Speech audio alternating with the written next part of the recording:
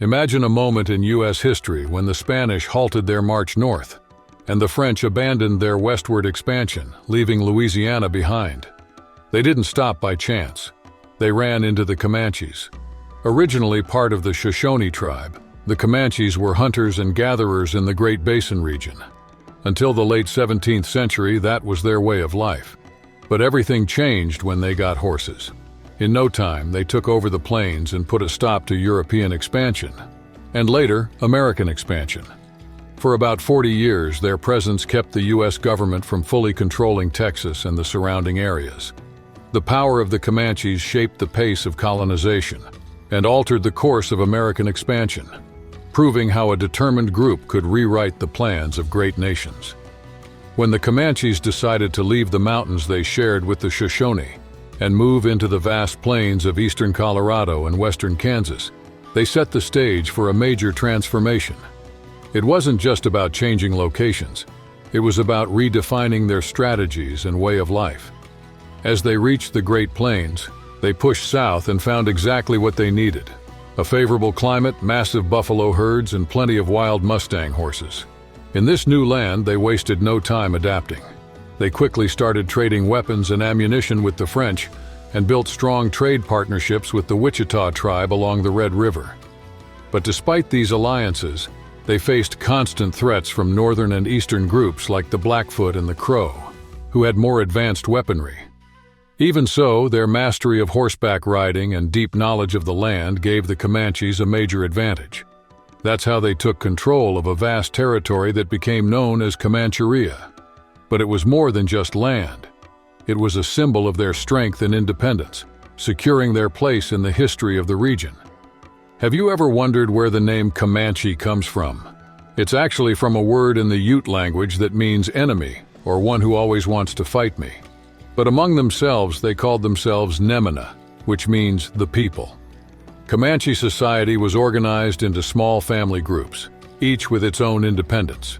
When a man got married, he would move in with his wife's group, which helped strengthen ties between these scattered family units.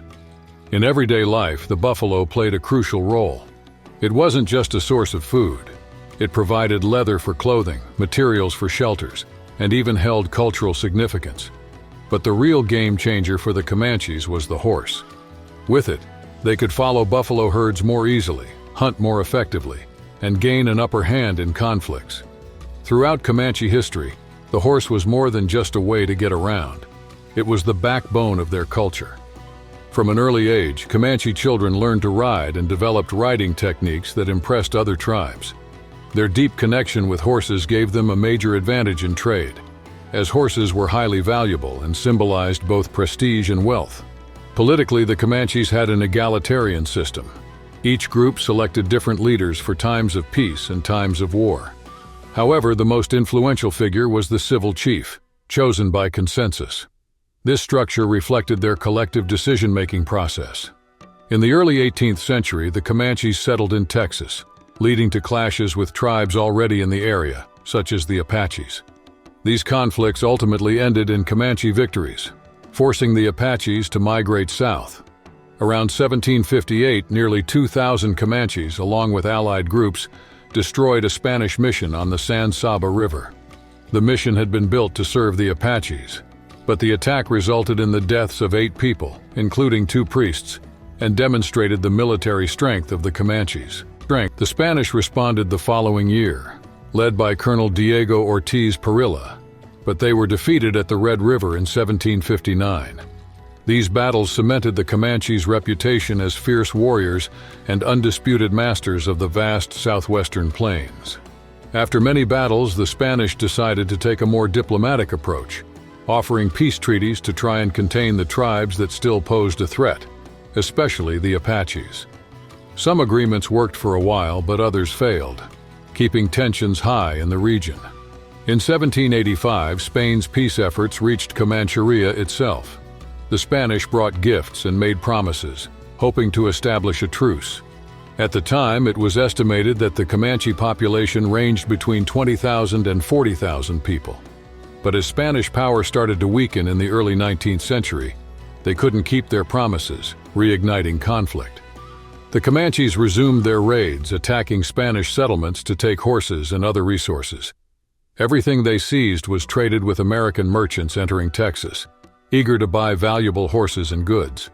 In return, the Comanches received weapons, ammunition, and supplies that made them even stronger, fueling a highly profitable trade for all parties involved.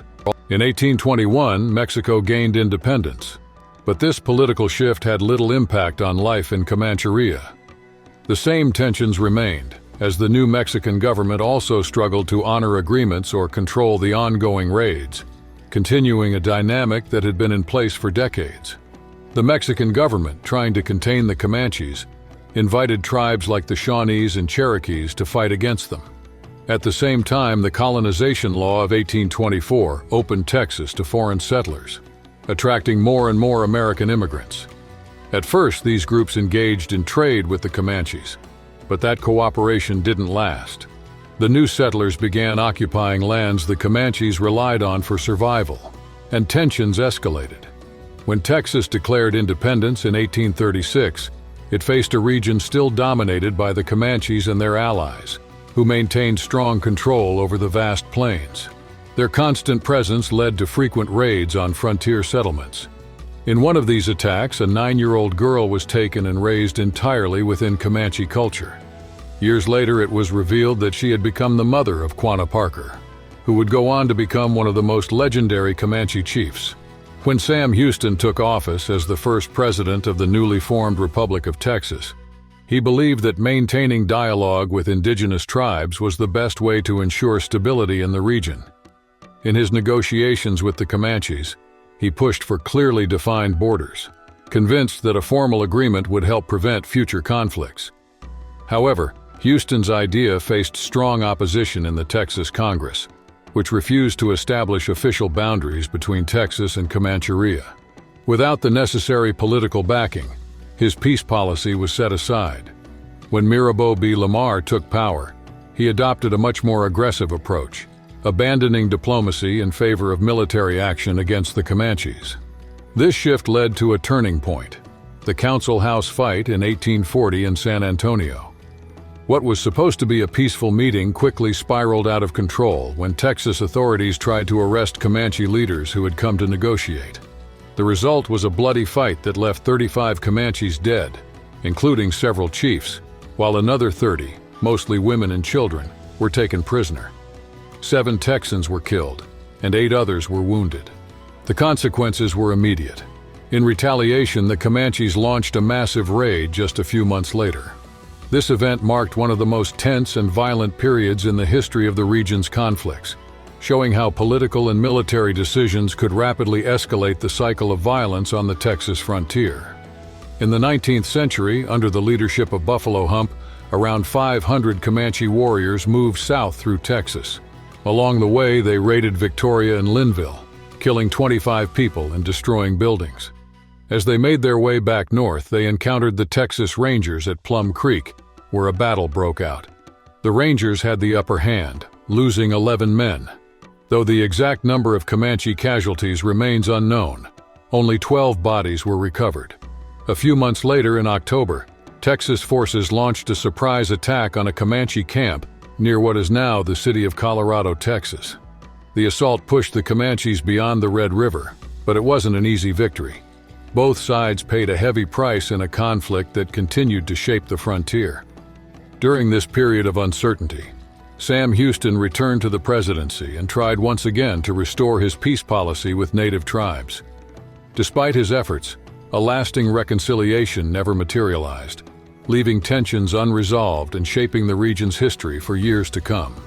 When Texas became part of the United States in 1845, a new era of control over indigenous nations in the region began.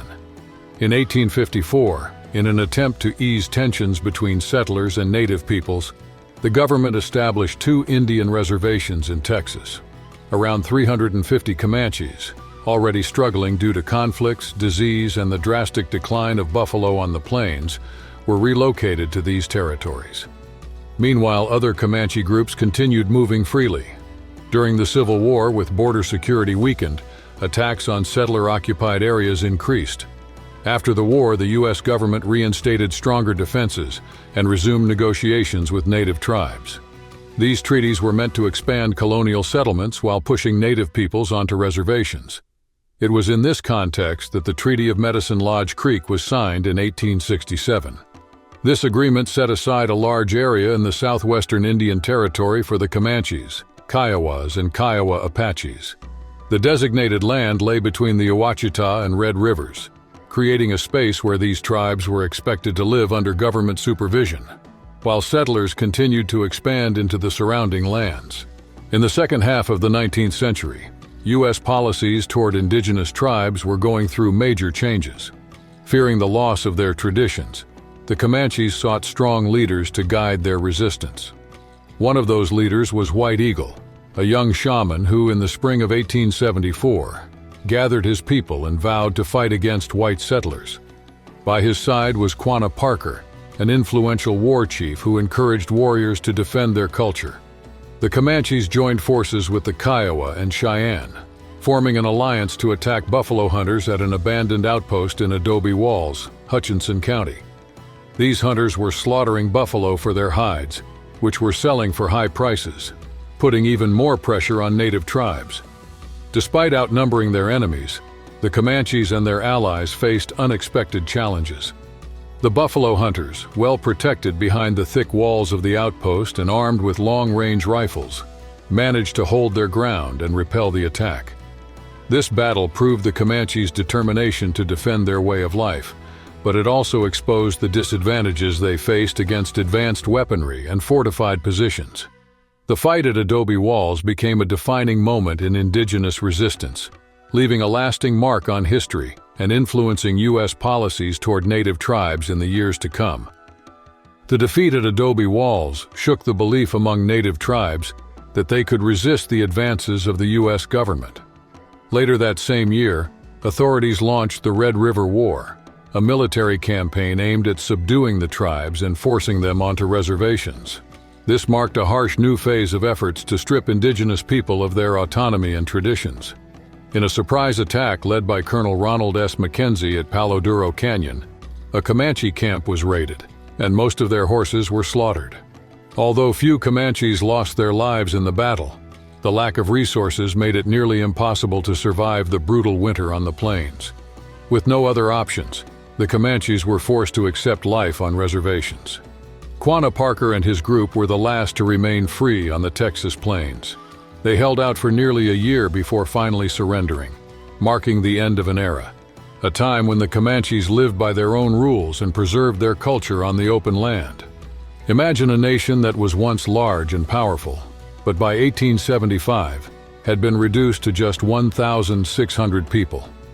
That year, the Comanches were relocated to the Fort Sill Reservation, where they were forced to live alongside the Kiowas and Apaches. Life on the reservation brought unexpected challenges. Hunting and warfare were no longer a way of life, and instead, they had to turn to farming and ranching to survive. At the same time, they were under constant pressure to adopt Western customs, which deeply disrupted their long-held traditions. In the decades that followed, the struggle between preserving old ways and adapting to a new lifestyle continued. In 1901, this shift intensified with the Jerome Agreement, which divided the reservation into individual land allotments and redefined the tribe's relationship with the U.S. government. Before that, in the 19th century, another key agreement had been made with the Comanche Nation. Each person, regardless of age or gender, was promised 160 acres of land. Additionally, specific areas were set aside for churches, government agencies, and schools. In exchange, the Comanches gave up the majority of their ancestral lands, keeping only 4 areas totaling just over 500,000 acres. This agreement forever changed the tribe's connection to their land, marking the end of an era and the beginning of a new chapter in Comanche history. They received $2 million in exchange for the land they gave up. But that money didn't stop the government from enforcing its decision, despite strong opposition from Comanche leaders. The lands that weren't designated for the Comanche people were quickly opened up to white settlers, who soon became the majority in the region. In response, many Comanches chose to leave, moving elsewhere in search of work. During World War II, the Comanches once again played an important role. Some served directly in the armed forces and the defense industry, while others became code talkers, using their native language to send secret messages that the Germans couldn't decipher. In total, 17 Comanches took on this critical task. In the following decades, especially in the 1960s, a strong indigenous rights movement inspired the Comanches to reorganize and reclaim their identity. Through this process, they established an autonomous tribal government, headquartered near Lawton, Oklahoma. Today, the Comanche Nation has about 16,000 members, with nearly 8,000 living in southwest Oklahoma. And that wraps up our journey through the history of the Comanche people. Leave a comment and subscribe to the channel to keep following content like this.